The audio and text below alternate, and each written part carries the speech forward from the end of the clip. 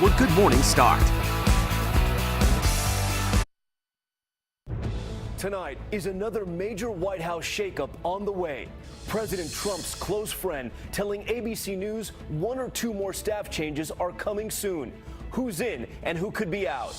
Breaking her silence, Stormy Daniels' interview about her alleged affair with President Trump set to air. It is time to come clean. Her lawyer tweeting this photo of a DVD, possible evidence, calling it a quote warning shot. The president's side firing back, now blasting it all as a political hoax. Spring slam, the deep blast of winter from the Midwest to Virginia. Slick roads and dangerous driving. And now, the new storm brewing. Vacation horror. The Iowa family found dead in Mexico inside of a rented condo. New images of the investigation. And tonight, the autopsy is in. On the loose, the manhunt for an attempted murder suspect slipping out of custody and getting away.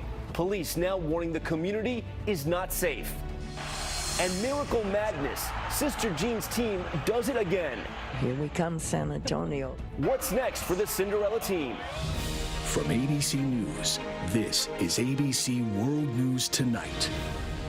And good evening. Thanks for joining us on this Sunday night. I'm Tom Yamas, and we begin with that new turmoil at the White House. Another major change could happen, this after President Trump fired his Secretary of State and National Security Advisor. A close friend of the president, ABC News contributor Chris Ruddy, telling us one or two more changes are coming soon. So whose job is safe and whose isn't? Meantime, the president has suffered a new setback in the legal team handling the Russia investigation. Two lawyers he tapped to join in won't be coming on board after all. ABC's David Wright starts us off from the White House.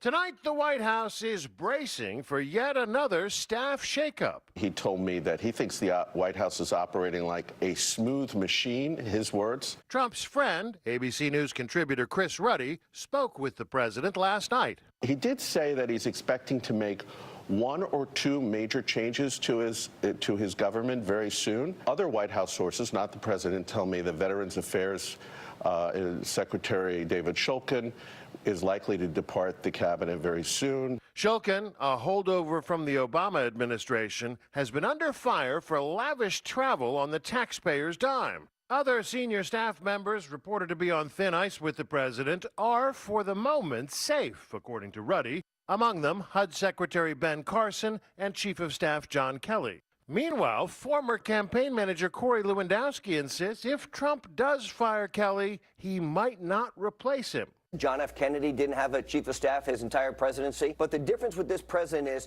he is the decision maker, and he loves to have all of the information brought to him. I see him as the hub with a number of spokes coming out. The president is shaking up his legal team, too. Despite tweeting this morning, many lawyers and top firms want to represent me in the Russia case, don't believe the fake news narrative. Late last week, the lead lawyer representing him in the Russia probe resigned. Today, days later, it turns out the two lawyers expected to replace him won't be joining the team after all, citing conflicts with other clients. The legal shakeup comes at a potentially significant moment in the investigation, as Trump considers whether to testify before the special counsel. Thank you very much. Would you like to testify to special counsel Robert Mueller, sir? Thank you. All right, David joins us live now from the White House. And David, there may be even more shakeups in the administration. There are new reports that the newly appointed National Security Advisor, Josh Bolten, will be looking to crack down after the recent leaks. That's right, Tom. John Bolton, the former UN ambassador, has called the leaks totally unacceptable. He has a reputation as a bull in the china shop, combative, conservative, and hawkish. And he says, there are reports today that he may clean house when he arrives. Tom? David Wright for us at the White House. David, thank you. Next to President Trump's other legal challenge, the lawsuit from adult film star Stormy Daniels. The president back in Washington tonight after a weekend at Mar-a-Lago. He may be among the millions set to watch Daniels in a primetime interview going public with the details of her alleged affair with the president years ago. Here's ABC's Tara Palmieri. Tonight, with the bombshell Stormy Daniels interview looming, the president returning to Washington alone. The First Lady staying behind with son Barron in Mar-a-Lago. Her office saying it's their spring break tradition. I guess I'm not 100% sure on why you're doing this. In a primetime interview, Daniels is speaking out about an alleged affair 12 years ago with Trump and accusations of a cover-up.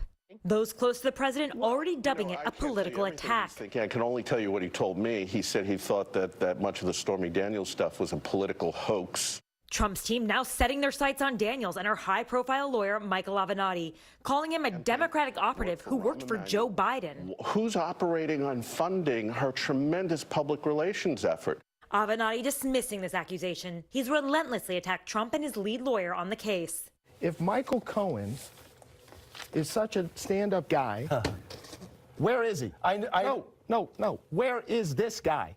Avenatti fired off a warning against attacks on Daniels following tonight's interview, tweeting out a picture of a DVD in a safe with the message, "If a picture is worth 1,000 words, how many words is this worth?" How should people know there's anything on that DVD?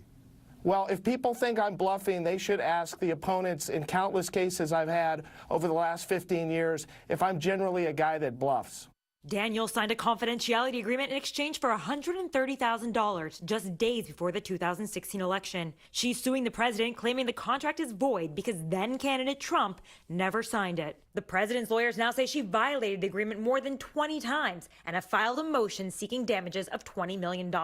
We have the potential specter of the president being pulled into this litigation, being deposed, asked embarrassing questions. All of that is possible. And the legal trouble doesn't end there for the president. Tara joins us now from West Palm, where President Trump spent his weekend. And Tara, in addition to the Stormy Daniels case, there has been movement on another case involving President Trump? That's right, Tom. Apprentice contestant Summer Zervos is suing the president for defamation after he called her allegations of sexual misconduct totally made up and nonsense. A judge just ruled that that case can move forward. Tom? Tara Palmieri for us tonight. Tara, thank you. Next to a developing story we're following, the hunt for an attempted murder suspect going nationwide tonight. The suspect eluding police in Denver and then disappearing. The chase already turning deadly, and tonight police are warning the public and they are raising the reward for his capture. Here's Adrienne Bankert. Right now, the nationwide manhunt for an escaped inmate wanted for attempted murder. The community's not safe with him out there. Mauricio Vinzer Gonzalez was in custody at this Denver hospital early Monday, but somehow got away from deputies. Witnesses say he took off on foot. A massive search for several hours, but no luck. Then this scene unfolding in nearby Aurora later that night. This SUV riddled with bullet holes, the result of a high-speed chase and deadly shootout with these two men, who police say are believed to be associates of Vinzer Gonzalez. He's been on the run now for nearly a week. It's not his first time evading authorities. In September, he allegedly abducted his ex-girlfriend and her one-year-old child at gunpoint. He's a very dangerous individual. It's our top priority. Now, Tom, he was expected in court before his escape. There's now a $10,000 reward for his capture. Tom? And that manhunt again going nationwide tonight. All right, Adrienne, thank you. Let's turn now to a new storm taking shape and targeting millions tonight after a major blast of winter weather dumped heavy snow from the Midwest to Virginia. Weather anchor Sam Champion is tracking it all. Tonight, millions are digging out from a band of spring snow 1,200 miles long across 11 states.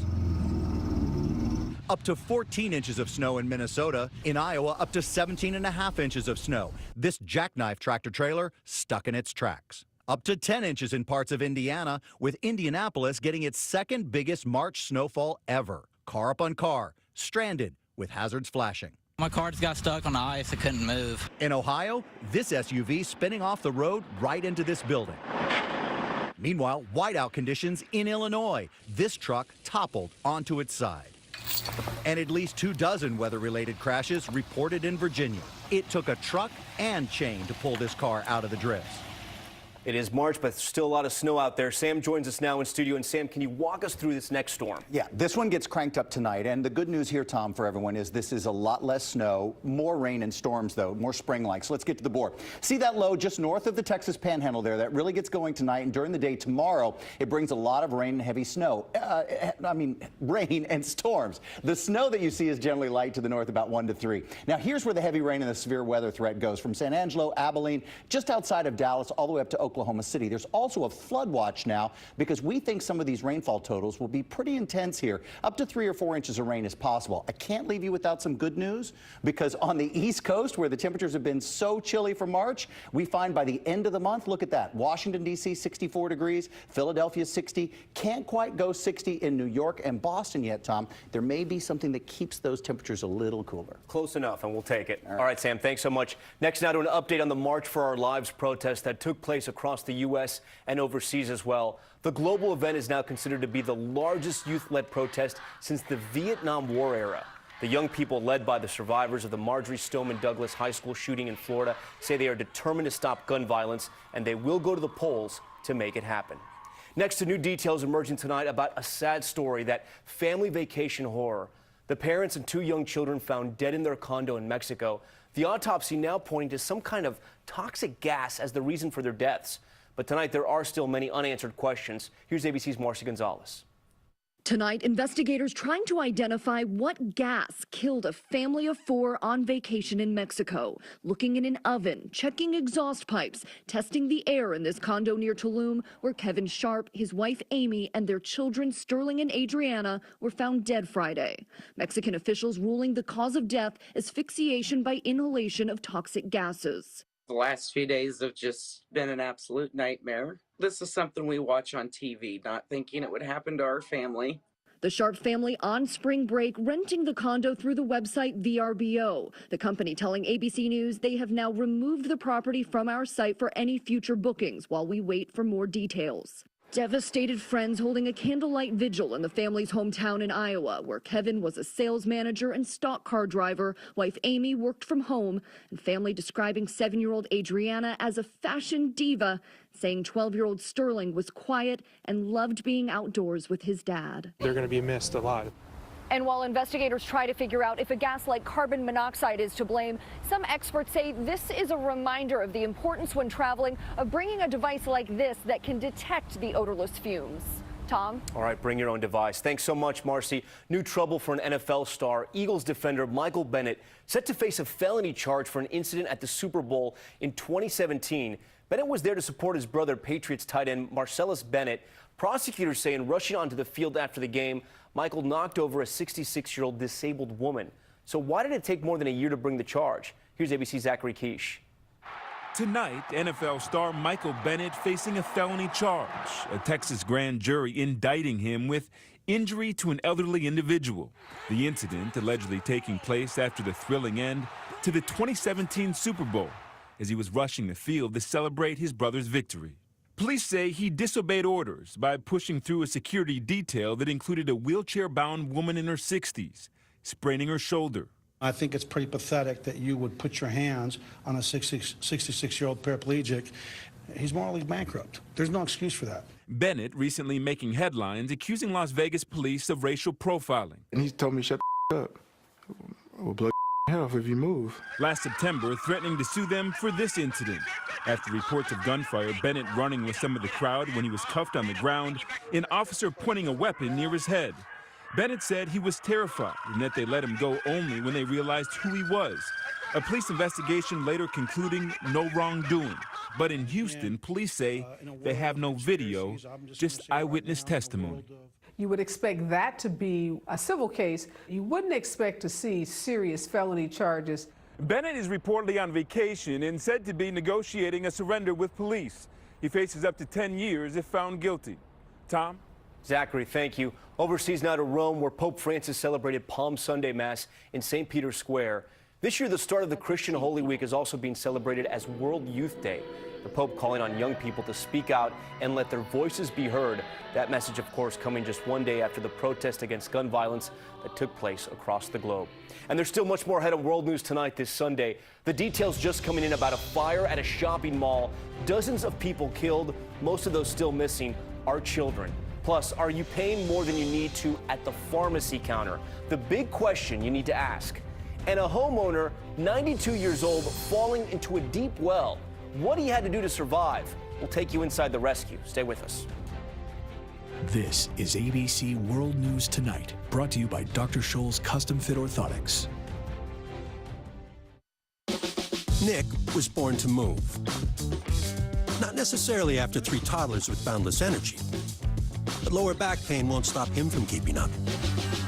Because at a Dr. Scholl's kiosk, he got a recommendation for